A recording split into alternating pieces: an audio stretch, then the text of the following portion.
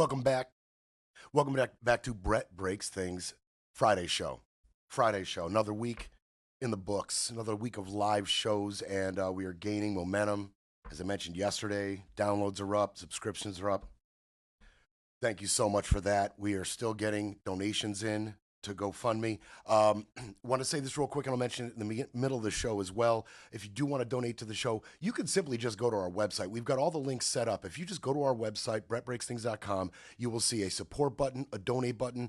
The support button, you just hit that. It'll take you right to where you can. It'll take you right to where you can donate.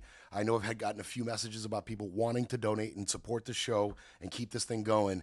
And that's the easiest way to do it. Go to our website, brettbreaksthings.com. You can go to the GoFundMe. Brett Breaks Things or Dark Horse Studios in the search bar, but much more easily than that, just go to our website, brettbreaksthings.com, support right there. It's Friday. I do want to hear from you. I haven't had a chance to take a whole lot of calls over the week, and I know some of you wanted to call in and contribute to the show, take part in the show, and I want you to do that as well. 561-270-3844. I'll pop the number up for just a little while, 561-270-3844. I'm going to mention both of these things in the middle of the show as well, because our viewership starts to climb as we get to that portion of the show. So a ton to get to today. Just a ton to get to today. But I think that you would agree with me that none of it is more important than what's happening in the Middle East right now with this attack on Iran. Donnie, he alluded to something in a press conference just a couple days ago. It was just yesterday, actually. He had spoken to Netanyahu. He had a phone call with Netanyahu. And then after that phone call, he came out and said this. Well, I don't want to say imminent, but it looks like it's something that could very well happen. Look, it's very simple, not complicated. Iran cannot have a nuclear weapon. Other than that, I want them to be successful. I want them to be tremendous. We'll help them be successful. We'll trade with them. We'll do whatever is necessary. Okay, so eminent. Could be eminent. There was a lot of rhetoric ramping up to what happened yesterday night. A lot of rhetoric ramping up. Iran had vowed to strike U.S. targets, Israeli targets in the region. They have been ramping up their rhetoric. Iran had the U.S. had moved out strategic personnel and families out of the region leading up to this. Now Trump said he didn't want anything to ruin his deal. He had a meeting with Iran for Sunday scheduled. Okay, he had a meeting scheduled for Sunday with Iran. Spoke to Bibi prior to that presser right there. Okay, and he said he didn't want Israel to do anything to ruin the negotiations. And Netanyahu said, hey, we're waiting for the green light from the United States before we do anything. We're waiting for the green light. And publicly, the U.S. had not given that. All right, but there's a reason. There was a reason for a little bit of the subterfuge that played out. The U.S. intelligence had estimated that Iran has 2,000 ballistic missiles with warheads that can carry 2,000-pound explosives or more. And Iran's Minister of Defense came out and said, that's not even right. We got more than that. We have 4,000-pound warheads. The rhetoric just kept ramping up. The Iran's president said they would not stop enriching uranium. He said, we're not going to stop. And this was in front of meetings with Trump or with the Trump administration on Sunday. These are things that Iran had said. We're not going to stop. We have more weapons, better weapons than you think we do. President Pezeshkian, Iranian's President Pezeshkian, he said also, if they destroy our nuclear facilities with a bomb, they will be destroyed. All these capabilities are in our minds, and therefore, whatever they do, we will rebuild. One of their generals, Salami, and we're going to mention him in a second, he said, we're ready for war. We're ready for war, is what he had said. Okay, so the rhetoric had been ramping up on both sides.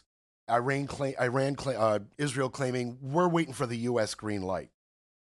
Well, while they were waiting for the U.S. green light, things developed Thursday night.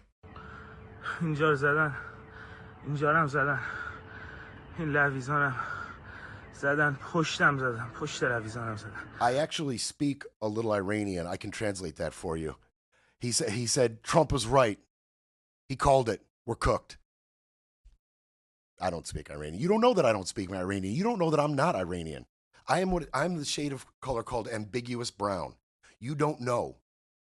It's Farsi, by the way. It's not Iranian. It's Farsi. But you don't know. You don't know what I am. You don't know what this brown is for sure. If I don't tell you, could be Iranian. You don't know. You have no idea. So Bibi, he spoke on this strike. Okay, Operation Rising Lion. Right after the strikes, Bibi had something to say about it. Moments ago, Israel launched Operation Rising Lion, a targeted military operation to roll back the Iranian threat to Israel's very survival. This operation will continue for as many days as it takes to remove this threat. For decades, the tyrants of Tehran have brazenly, openly called for Israel's destruction. They've backed up their genocidal rhetoric with a program to develop nuclear weapons. In recent years, Iran has produced enough highly enriched uranium for 9 atom bombs. 9. In recent months, Iran has taken steps that it has never taken before, steps to weaponize this enriched uranium. And if not stopped, Iran could produce a nuclear weapon in a very short time. It could be a year, it could be within a few months, less than a year. This is a clear and present danger to Israel's very survival, to the brave people of Iran. And I have a message for them. Our fight is not with you. Our fight is with the brutal dictatorship that has oppressed you for 46 years. I believe that the day of your liberation is near. And when that happens, the great friendship between our two ancient peoples will flourish once again. So that's a fun little piece of spin out of Bibi. I find it odd he's going to address the Iranian people as he bombs residential areas along with military strategic points, kind of like the assurance that his fight wasn't with the Palestinians, it was with Hamas, right? And then, of course, he levels everything, okay? So don't believe everything Bibi tells you. Please don't. And he also mentions in that little, opportunity he created there to talk to people, he also mentions that U.S., we're in the crosshairs as well. Obviously, many of you are going to share the same concerns I share. How far is this going to ramp up? How far is this going to ramp up? Could we be staring at a possible World War III situation? And it's funny because it feels like Trump had very little control over this situation. I mean, he was lied to by Bibi saying we're waiting for the U.S. green light. It feels like regardless of what they talked about, Trump had no actual influence over what Bibi's going to do. And that's real odd because Trump told us something very different many times, okay? He promised us he alone could prevent World War III. Speaking of World War III, I'll keep you out of World War III. What would happen if we had a war? We won't, with me, but you will have World War III, I believe, without me, but we won't have. I will be sure that World War III will not happen. I'm the only one can say it won't happen. But I stand here today, and I'm the only candidate who can make this promise. I will prevent, and very easily, World War III, very easily. I mean, of all the distasteful tactics you can use during a campaign, flat out saying, elect me, we're safe.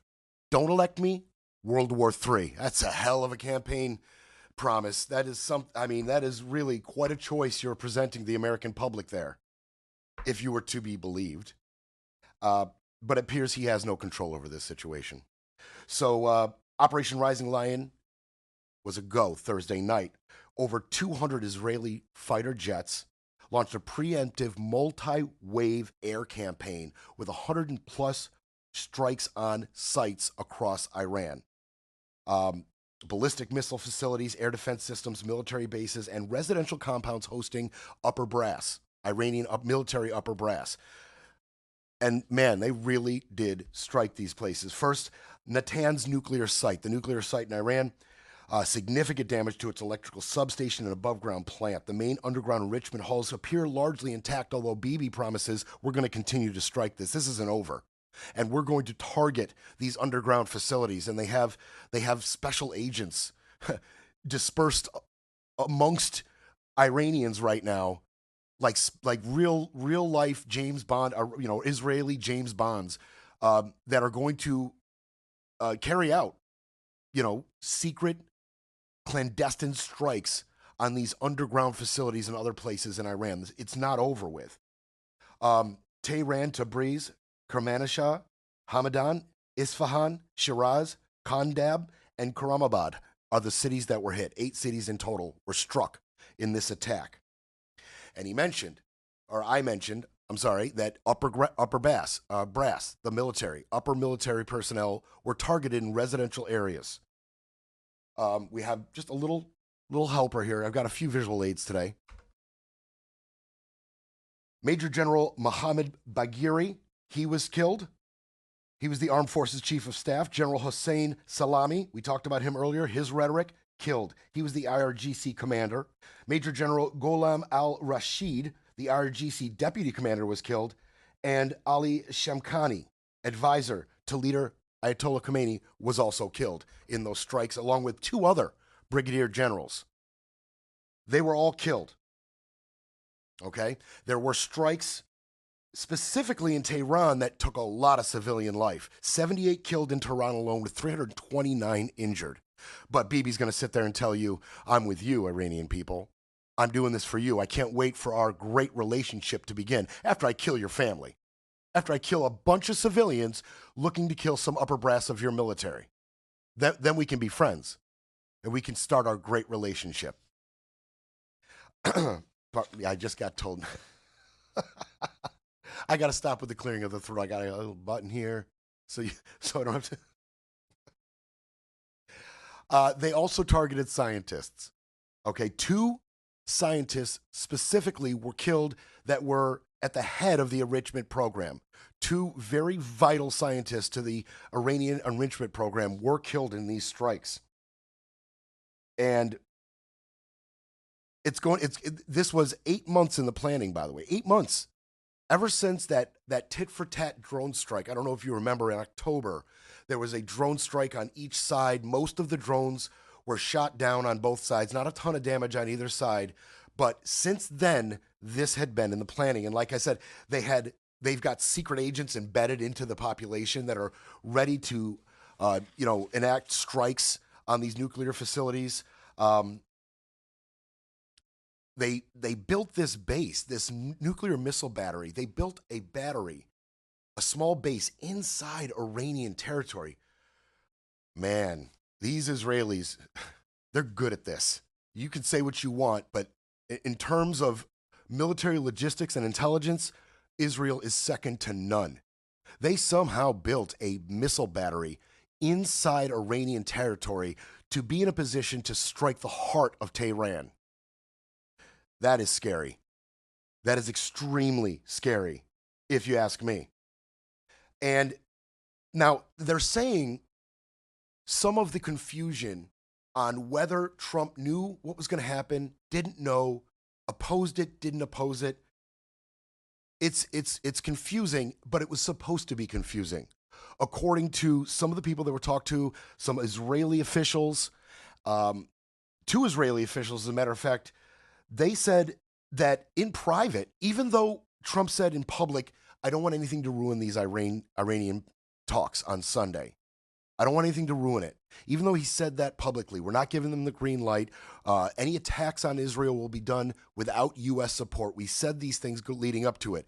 What these 2 Israeli officials that were interviewed by Axios, they claim there was no opposition to these strikes in private. That the Trump administration knew damn well these strikes were going to happen, and opposing them publicly served the purpose of Israel. It served Israel's purposes in this. They didn't want U.S.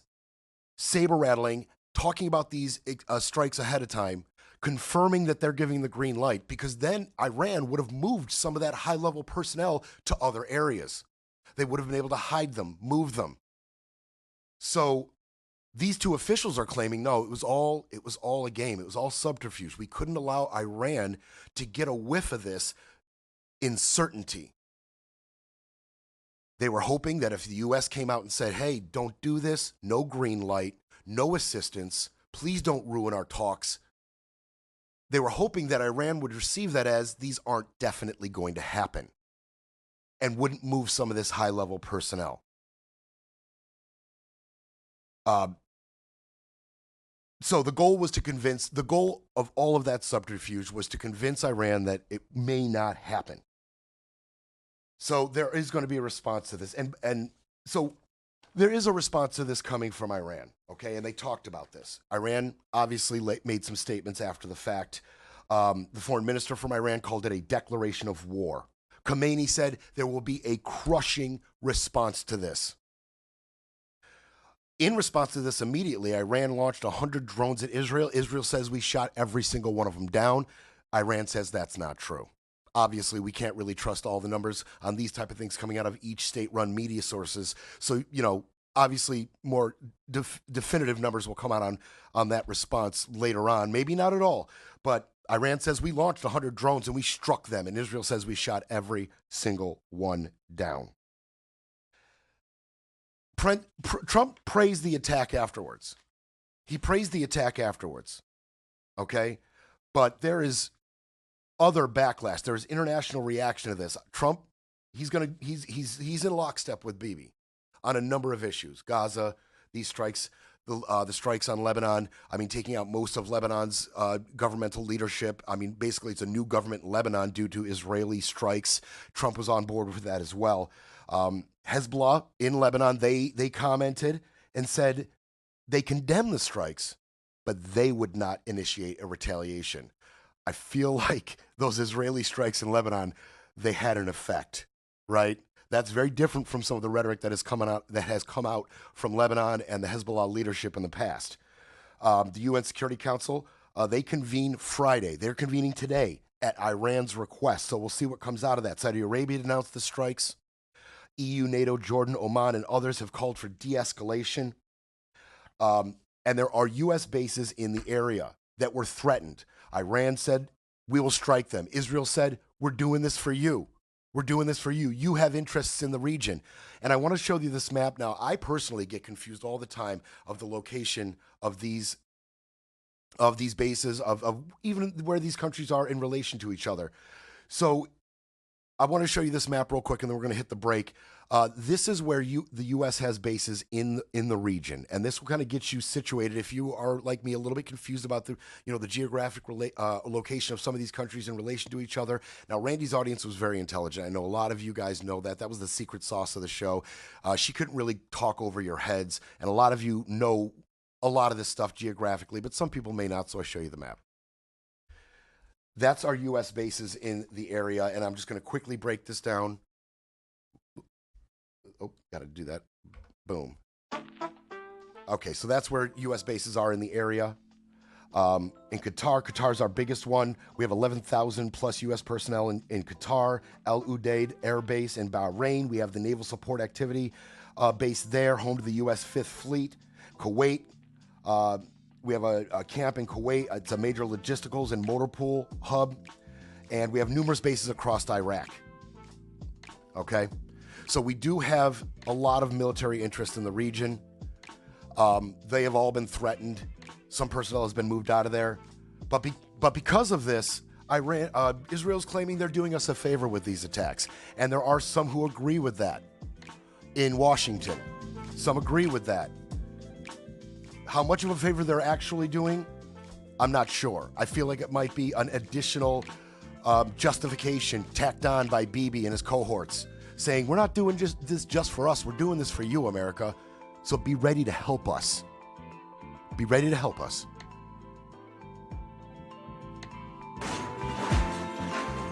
It's time for a quick break. Then we break some more. You're listening to Brett Breaks Things. You're back with Brett Breaks Things, because democracy doesn't defend itself. Okay. All right.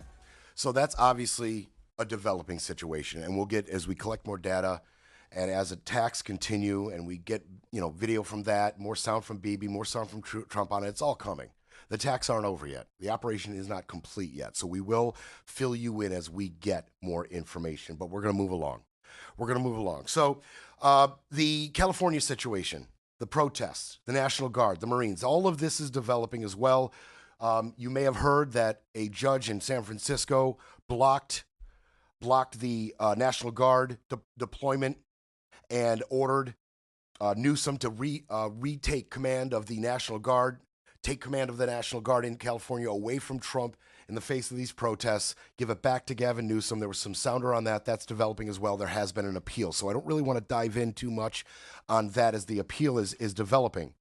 Okay, and we'll see how successful that may or may not be. We'll see if it gets to the Supreme Court on that. But there has been reaction. And an interesting little situation developed on the heels of one presser in particular, Kristi Noem. She had some things to say about the deployment, about who is in command of the National Guard. She held a presser. She's given the talking points. She's doing the loyal foot soldier thing in front of the cameras, you know, whatever it takes to back up Trump's agenda and what Trump wants and the optics that Trump is trying to push. I'm there for you, Donnie. I'm there for you. I'll get in front of a mic. I'll get in front of a camera, and I'll say whatever it is you need me to say. And she was in the middle of one of those pressers. And some interesting stuff developed. First, I'll play the presser. Sustain and increase our operations in this city. We are not going away.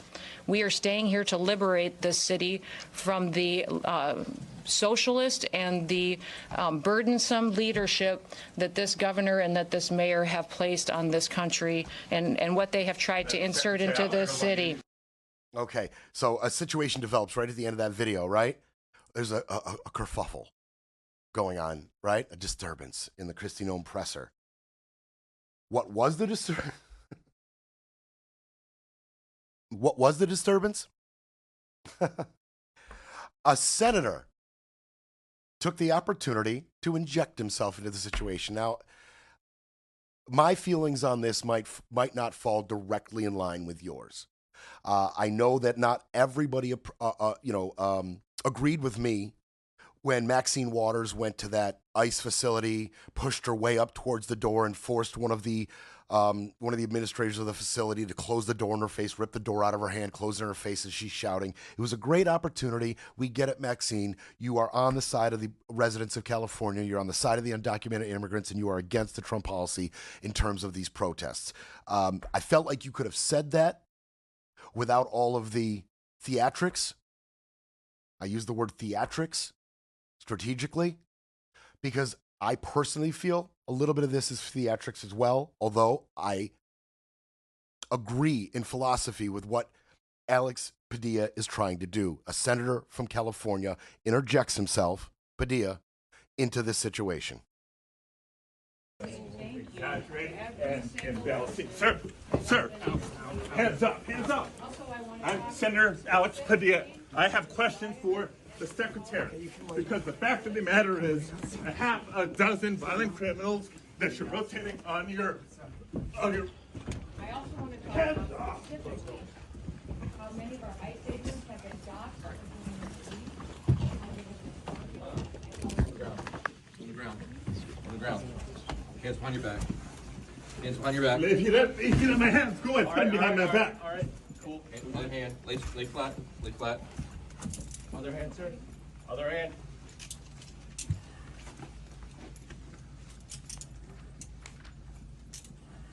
There's no recording allowed out here. I do not know. There's no recording allowed out here per FBI, right? For what, I'm sorry? There's no recording allowed out here. That's my boss. I have to There's no record recording everything allowed for out us. here. You can record. There's no recording allowed out here. I'm not a member There's of the no press. recording allowed out I here. understand that, sir. All right, so Padilla got arrested. Detained. Yeah, I'm sorry. Detained. Padilla got detained. And I don't know. You know, I got mixed feelings on this. I really do. You want to interrupt the presser. You want to convey a level of concern, so much so that you want to interrupt the presser, make it about what you want to say, or more importantly for him, possibly stopping Kristi from the rhetoric that flies in the face of the judge's order. She's talking in the face of this injunction. She's talking about, we're not going anywhere. We're going to stay there. We're not going anywhere. Just more disrespect of the courts, of the judiciary in this country from the Trump administration. Nothing new there, right? Nothing new there. But Padilla, I don't know, man. Once the two officers stop you from going to the podium, at that point, do you have to start physically pushing back? I mean, what is the point of that physical resistance? So you can reclaim that 5 feet of space that you had just been pushed off of, so you can shout in Christie's face? Couldn't you shout and disrupt the presser from a little farther back? Or even better yet, calmly walk away or back up while loudly dissenting to what she's saying, loudly disagreeing with her, getting your point made while you're not fighting with these cops? I felt like it could have been done a little differently. And I feel like if you as a senator, Mr. Padilla, if you normalize that type of, again, I'm trying to be careful, that type of aggressive behavior, right? Can we all agree it was aggressive? Can we all agree that Senator Padilla forced those two officers' hands just a little bit? Maybe they didn't have to be so aggressive. I feel like nobody in that situation had to be quite that aggressive. But then you hand Noem a golden opportunity to point out what you're doing and demonize it, right? You give her a golden opportunity to point at your behavior and demonize it in front of cameras with, unfortunately, a measure of legitimacy, right? I don't know. Call us. I'd love to know what you think about what Padilla did there. And I'm going to play a couple more videos in the aftermath of that little demonstration. Give us a call, 561-270-3844. I'd love to hear from you how you felt about what you saw there out of Senator Padilla. Breaking politics, breaking narratives, breaking news. But first, we need a coffee break. Breaking politics, breaking narratives, breaking news. But first, we need a coffee break.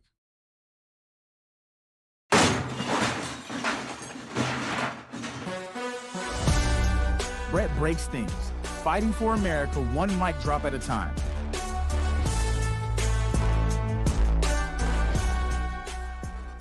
All right. So we got a couple calls coming in. Keep them coming, 561-270-3844. I'm going to mention again, I said I was going to mention again in the third segment because I know our viewership really picks up right around this time. Again, a lot of you are wondering how to contribute. You had a little problem going to the GoFundMe. Just go to our website, brettbreaksthings.com, and just hit the support button. And right there, it'll take you right to the donate. And again, it is absolutely critical for us to keep going. And thank you so much. Thank you for reaching out to tell me you haven't been able to donate. That means so much to me that you didn't just say, I didn't get to it. I couldn't get it done. Forget it. No, you didn't stop there. You didn't stop there, and you are desperate to support the show, and I love it, and I need it, and I thank you so very much. So, and I really want to hear from you about this Padilla thing, because maybe I'm off base. I'd love for one of you to call up and tell me why I'm so off base and why that aggressive posturing by Padilla was necessary or warranted. Convince me, because I feel like it could have been done just a little more tactfully, where the optics aren't so easily manipulatable by the right. I mean, you handed them a softball. You hand Fox News, Newsmax, all of these outlets, you hand them a softball in my mind when you make it so aggressive. It's just how I feel about it. I agree with you, Alex Padilla. I agree. What Noem is saying is crazy. Right? A judge said no, we are saying yes, is basically what she's saying. It's what this administration has been saying. And if any judges say no to this administration's policies, you are weaponized. You are a radical leftist judge who needs to be smacked down. You need to handle that. Obviously, I disagree with everything Kristi Noem says. And I'm a dog lover. So I just in general, I don't like Kristi Noem. But you hand her a golden opportunity. Thank you very much. It's good to have you with us today. We all saw what happened in the video of that room when he was physically taken out, and you heard just now his response, and I understand you had a personal conversation with him as well. So what do you want to say about all of this? You know, what I would say is we were conducting a press conference to update everyone on the enforcement actions that are ongoing to bring peace to the city of Los Angeles. And this man burst into the room, started lunging towards the podium, interrupting me and elevating his voice, and was stopped, did not identify himself, and was removed from the room. So as soon as he identified himself, appropriate actions were taken. But I would say that, I had a conversation with the senator after this. We sat down for 10 to 15 minutes. Okay, so now we get to Ms. Noem. Now, in my opinion, Padilla handed her a win. He lobbed her a softball, like I said. But she couldn't just hit it out of the park. She couldn't just take the win. She had to take it a step further. First of all, this man, you know who he is. You spoke to him after it happened. You know exactly who it is. It's Senator Padilla. That's who it is. Lunged at the podium. You realize there were cameras there, right? He lunged at the podium. Okay, I'm going to give you at home a chance to make the decision for yourself. Did he lunge at the podium? Was she ever actually in any type of danger from Senator Padilla? Let's take a look. Tried to insert into the city. So I want to say thank you to every single person that has been able to do this. Hands up, hands up. Also, I'm just calling him as I see him. Didn't look like a lunge to me at all. It looked like him slowly approaching the podium. And he eventually got to a spot that those two officers were uncomfortable with. Okay? That was far from a lunge. Far from a lunge, you little liar. But of course, nobody's going to give you any pushback on Fox News. That's where that interview was Fox. Of course, they're going to play right into this brand new narrative that this unknown man lunged dangerously at my podium.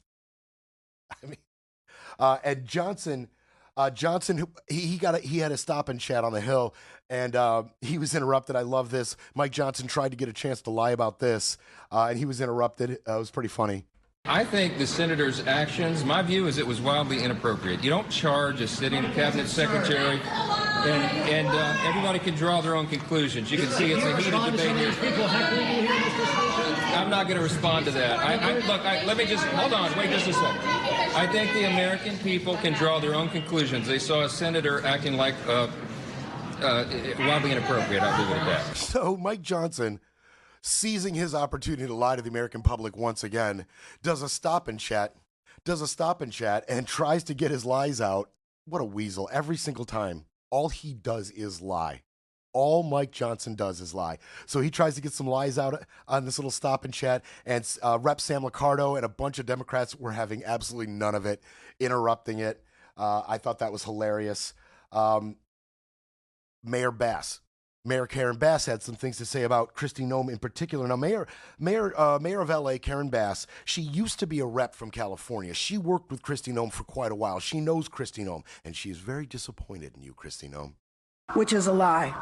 And I just have to say, I served with the secretary. I served with the secretary for probably about 10 years in Congress.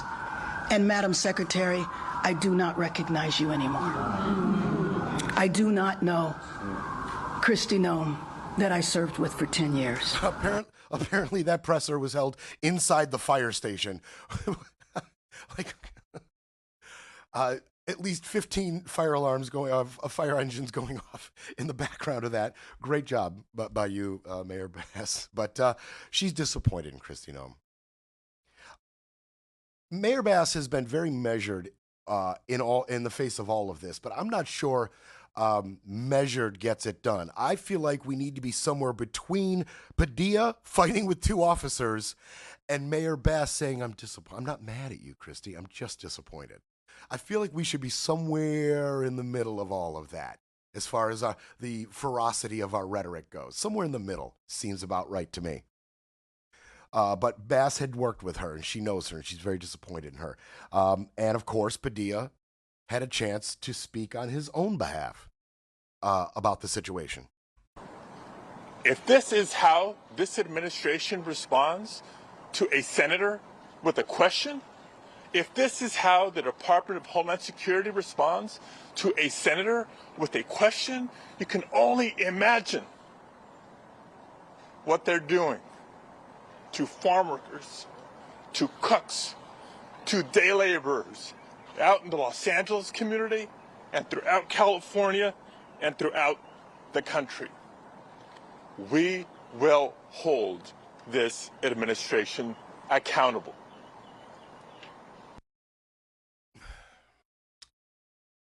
Obviously, what Senator Padilla there is saying there has a ton of merit. And I agree with him in principle. I don't love the optics of my reps and my senators being overwhelmed with emotion when they speak about these things. Especially today, I need the people who are there to represent me, who are there to stand in the face of this administration, who are there to keep checks on what this administration and the Republicans are doing in general. I need them to be calm. That's how I like them.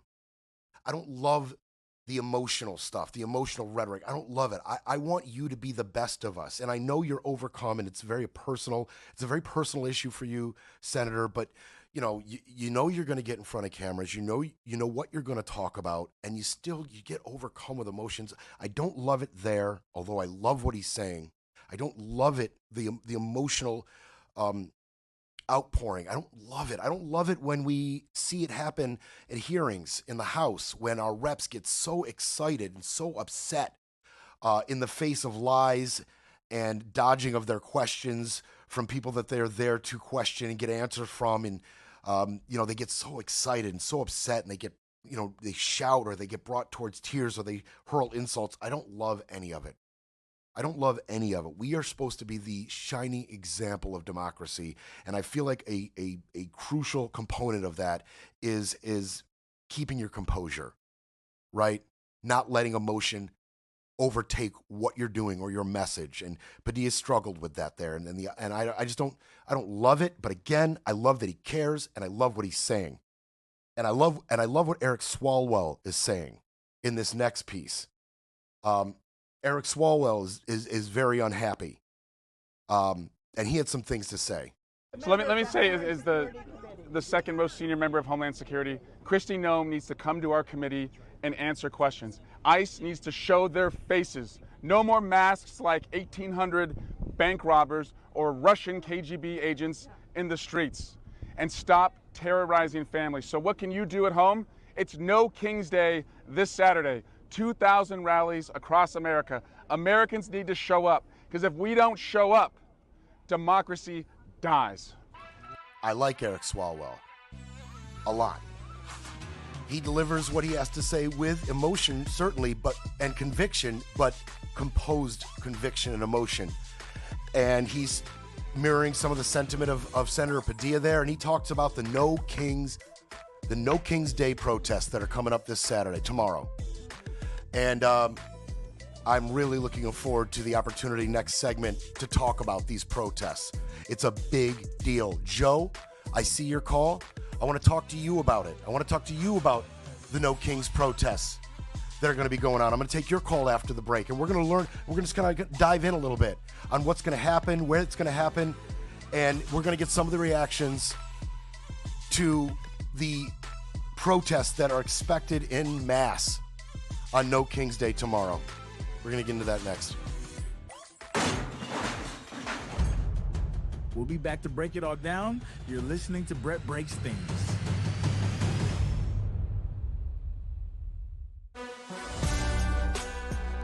Brett breaks things because someone has to.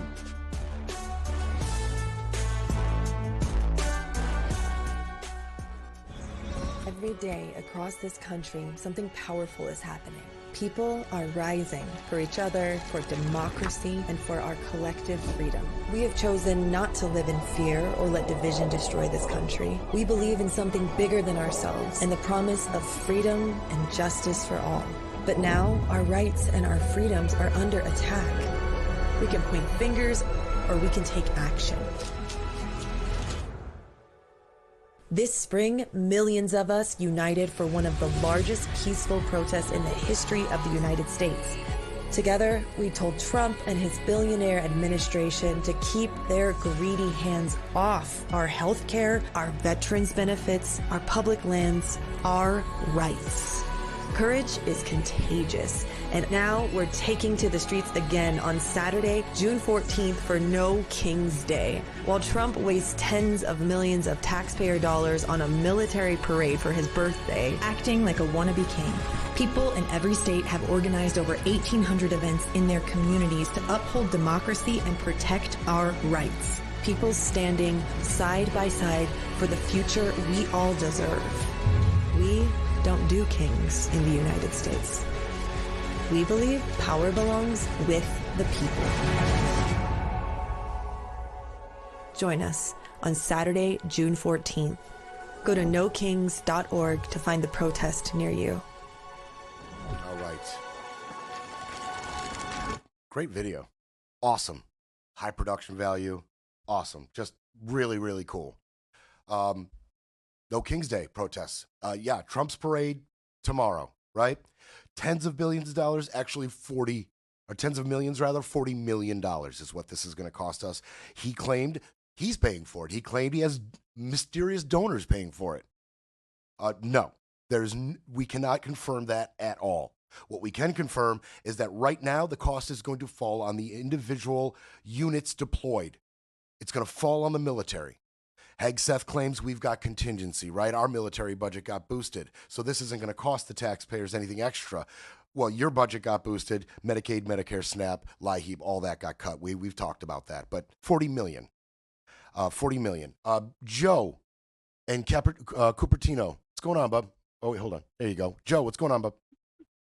Hey, I really appreciate your show. I really appreciate what you've done. I'm hoping Randy's doing good, but I wanted to just say I'm so proud of Padilla, and Representative Rokana is my congressman, and I have Adam Schiff is my other senator, and I've got the next president of the United States, Governor Gavin Newsom, representing me. And I just can't believe that there's not a lot of opposition that's out there. I saw the 3 governors in Congress are testifying yesterday about what's going on here.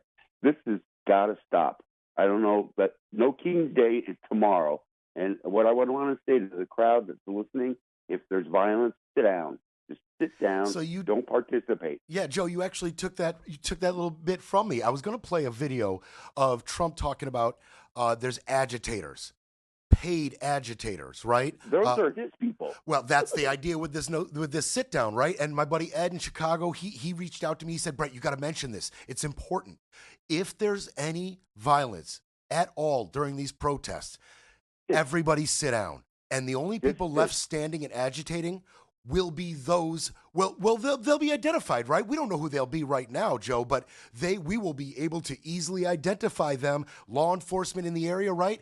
Whoever's not sitting down, snatch them up. And let's find out exactly who these people are. Let's see if we have another umbrella man like at the AutoZone in Wisconsin, right? Just sit down and don't say nothing. Don't scream. Don't holler. Just sit. And show that this is a sit-in. It's a protest. It's not a violent act. That's his mess of operation, not ours. We're peaceful. Now, Joe, you mentioned you're proud of Senator Padilla. How did you feel about the optics on that? What would Dianne Feinstein have done? What would Barbara Boxer have been able to do? So I'm really proud of the fact that here is his son just graduated high school, by the way. So here's an American citizen, and he's trying to evoke what we feel, and he did what I think I would have done. I'm not saying he was violent. I don't think there was any violence there at all. I didn't say violent either, Joe. I said aggressive. Do you agree with aggressive? The progressive. I wouldn't say aggressive. He was being progressive. He was progressively, because this is theater that you're seeing. She's a theatrical appearance there with the hair extensions and the lipstick and the makeup. I'm an ex-Coast Guardsman. I'm ashamed of the fact she represents the military part of my service. But, it's a different day. But he was just doing what I would think you need to do in this situation. And then that can be theatrical and demonstrate to the extent that you can as a sitting senator or a congressman I really appreciate, all of the things I saw Roe yesterday questioning Hegstead. I thought he was great. I'm amazed at I'm represented, and unfortunately, your governor says it's okay to run people over. Yeah, we've got that. Yeah, we've got that. Joe, thank you so much for the call. And I like your use of theatrics. I also called it theatrics on both sides, right? Theatrics on Noem's side and theatrics on Padilla's side. Now, you say he's being progressive, maybe, but I don't think there's anywhere you can really argue with it was a bit aggressive. Maybe a little too aggressive. But yes, he was being progressive, and you should be proud of your leadership in California, Joe. You have great leadership right now. I completely agree with that. What I don't agree with is you saying Newsom is going to be our next Democratic nominee for president. That, I think you need to pump the brakes a little bit on that one. We'll see. But these optics, we'll see how this plays out in Gavin's favor. If he comes out of this as some kind of conquering hero, and this has galvanized the left and brought them together and make them forget a little bit about the dissension that could have caused us that last election, you may be right. If he's the face of the new Democratic Party, if he's going to be aggressively anti-Trump policy and get in front of cameras with the rhetoric that he's used so far, you may be right about Gavin. You may be right. Time will tell. We need somebody good, though. I think we can all agree on that. There are protests all over the country. I'm going to just quickly bring up this map. Just to give you a little taste of what has been organized in the face of this display of power by Trump, this birthday military parade. There are protests popping up absolutely everywhere tomorrow. Look at that. All of those locations have protests planned for tomorrow. Every one of them. That's what I'm talking about. That's democracy. That's America in the face of fascism. And we're going to give, all those protesters are going to give this administration a chance to prove how fascist they want to be in the face of all these peaceful protests. I can only imagine what might happen tomorrow with all those protests, all those locations. Will everybody be able to control themselves on both sides? We'll see. Trump had some stuff to say about these protests. There are several No Kings protests planned across the country on Saturday as well. What are your thoughts on those? What do they call No Kings? No Kings. I don't feel like a king. I have to go through hell to get stuff approved. A king would say, I'm not going to get this. A king would have never had the California mandate to even be talking to him. He wouldn't have to call up Mike Johnson and Thune and say, fellas, you got to pull this off, and after years we get it done. No, we're not a king. We're not a king at all. Thank you very much. No, you're not a king, but you are trying to be one. You claim you don't feel like a king. You claim you can't get anything done. It's tough to get anything done. 161 executive orders as of April 30th. More to be disseminated past that point.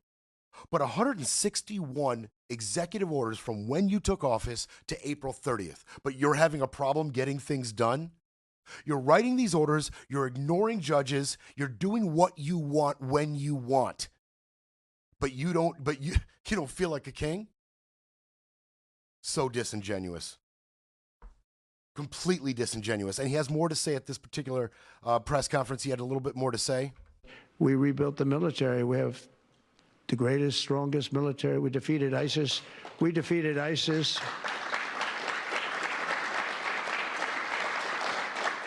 We defeated ISIS in 4 weeks. It was told to be 5 years. It was going to take 5 years, anywhere from 4 to 5 years. We did it in 4 weeks. With, by the way, headed by the general who's now the head of the Joint Chiefs of Staff. That's why he's there. He said it would take 4 weeks, and he did it in 4 weeks. He did actually a little bit faster. So we have a great country, and we're going to keep it that way. And when it comes to Los Angeles or other cities, if we see other cities are gearing up, and these people are agitators, they're paid, they're professionals. They're insurrectionists, they're troublemakers, they're all of those things. But I believe they're paid, and we're going to find out through Pam Bondi and her great staff, her great people at Justice, who they are. And Mike, I think you're doing some investigations in that in Congress, but we're going to find out who they are because they're really, I think what they're doing is unbelievably illegal. Yeah. I played that one for two reasons. One, in that clip, he is simultaneously telling you that what you saw in LA, I'm ready to do this everywhere. You didn't like the military presence in LA? Get ready, because I'm prepared to do it everywhere. Talking about agitators. He didn't say that on January 6th. Those weren't agitators. These are agitators. He also said, and I just want to do a quick fact check before we get out of here. He said, I defeated ISIS in 4 weeks. I just love fact checking this liar. Keep it calm. This liar. He's a liar. And I love fact checking him. It's what we bring to the table. In 2014, Obama began strikes against ISIS, okay? By the time Trump took office in 2017, about half of the ISIS forces specifically located in Syria had been eliminated. It took from 2017 to 2019 for 95% of ISIS in Syria to be defeated. Liar. You're a liar, Don. You just get up there and you say things. But man, they are talking about the agitators. They are talking about the paid agitators that are going to be showing up to this protest. Anything pops off, sit down. Sit down. And those who are left standing, committing violence, we can identify them and really find out who the paid agitators are. They'll try to repair the narrative, but Brett Breaks things will be back Monday to break it all down.